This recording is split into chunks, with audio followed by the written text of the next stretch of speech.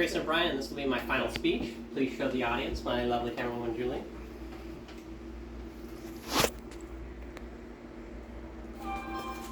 Again, like I said, this will be my final speech, starting in 3, 2, 1. Today, there are over 1.3 million Vietnamese immigrants living in the United States, according to the Batlava 2014 article that I linked into my speech outline. I had the chance to interview one who shall be referred to as Tian for the rest of the speech. I shall not be revealing his real name because he did not desire it to be shared publicly.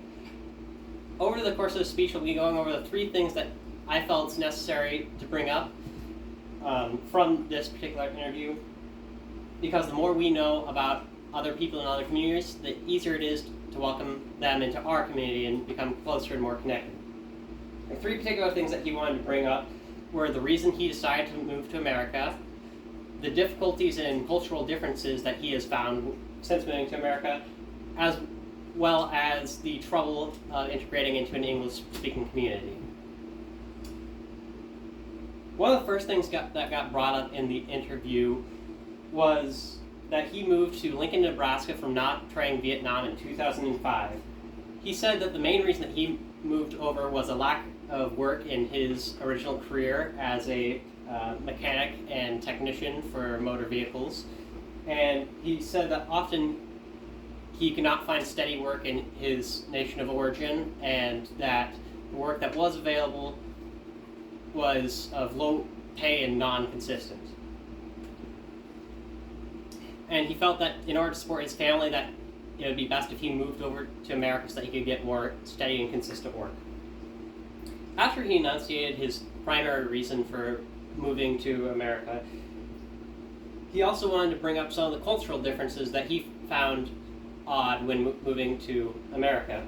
Particularly, he stated that in Nha Trang, the city from where he was from, it was very uncommon for people to stop each other on the street and greet each other or to strike up conversation with strangers. However, he said that in Nebraska it was far more common, and that strangers were far more talkative and open and welcoming to people that they did not know.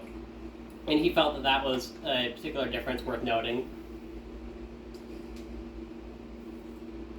He also stated that it was a challenge to acclimate over to different cultural things and strike conversations about, for instance, he brought up American football, as he had never seen a football game before, that it was difficult to talk to and relate to people about sports that he did not know and other similar cultural differences.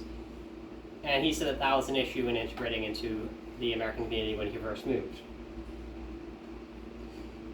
He also brought up that compounding upon just cultural differences was the language barrier when he moved over.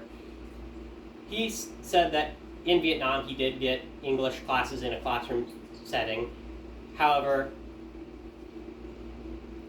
he was not fully immersed in the language until well after he moved over in 2005, and stated that he had much difficulty communicating in work and in non-professional settings until he got fully immersed into culture, and that classroom settings do no justice to the fluid nature of language.